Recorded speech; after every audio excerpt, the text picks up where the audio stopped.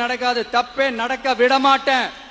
இப்ப நான் சொன்னல, மக்கள் காசுல இருந்து ஒரு பைசா கூட தொட மாட்டேன்னு. அத இப்ப ஆண்டுகிட்டு இருக்கிறவங்க, இதுக்கு முன்னாடி ஆண்டவங்க தில்லா சொல்ல முடியுமா? என்னை எதிர்த்துட்டு இருக்கிறவங்களால தில்லா கட்ஸா கெத்தா இத சொல்ல முடியுமா? நீங்க ஒழுங்கா ஆட்சி நடத்திருந்தா பெண்கள் பாதுகாப்பு ஏன் இவ்வளவு மோசமா இருக்குது? இளைஞர்களுக்கு ஏன் வேலை வாய்ப்பு இல்லாம போச்சு? போதைப் பொருள் கலாச்சாரம் ஏன் அதிகமா இருக்கு? சட்டம் ஒழுங்கு ஏன் சரியா இல்ல? வன்முறை ஏன் தலைவரிச்சு ஆறுது?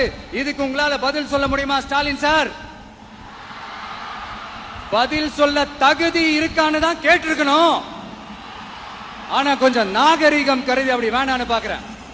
2-2.5 வயசு குழந்தைய துள்ள துடிக்க உங்க திமுக நிர்வாகி ஒருத்தன் கொன்னான, அதுக்கு என்ன பதில் சொல்ல போறீங்க? விளாத்திக்குளம் பக்கத்துல +2 படிக்கிற ஒரு பொண்ணு டாய்லெட் வசதி சரியா இல்லாம ஒரு அவசரத்துக்கு காட்டு பக்கம் போய் ஒதுங்கினாங்களே, என்னாச்சு? இந்த உலகத்தை விட்டே போயிட்டாங்க. அதுக்கு என்ன பதில் சொல்ல போறீங்க? இந்த பிள்ளைங்களை உங்களால திருப்பி கொடுக்க முடியுமா சார்?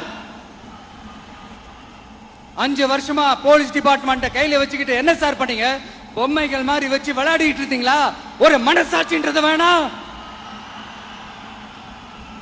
நாங்குநேரி பிரச்சனையை பத்தி பேசினா அது போதையில நடந்துச்சான், போதை பொருட்கள்னால அது நடந்துச்சான். பெரிய கண்டுபிடிப்பு எங்களுக்கு தெரியாது பாரு. அது எங்களுக்கும் தெரியும், உங்களுக்கும் தெரியும். கேள்வி அது இல்ல, அதை ஏன் தடுக்கலன்றதுதான் எங்களுடைய கேள்வி. இது மட்டுமா? மணலை திருடுறாங்க, மண்ணை திருடுறாங்க, மலைகளை முழுங்குறாங்க, சட்டவிரோதமா கல்குவாரி நடத்துறாங்க, மணல் மாஃபியா அது ஒரு பக்கம் நடந்துகிட்டு போகுது. இன்னொரு பக்கம் மினிஸ்டர்ஸ் கொள்ளையடிக்கிறாங்க, இன்னொரு பக்கம் குடும்பமா சேர்ந்து கொள்ளையடிக்கிறாங்க.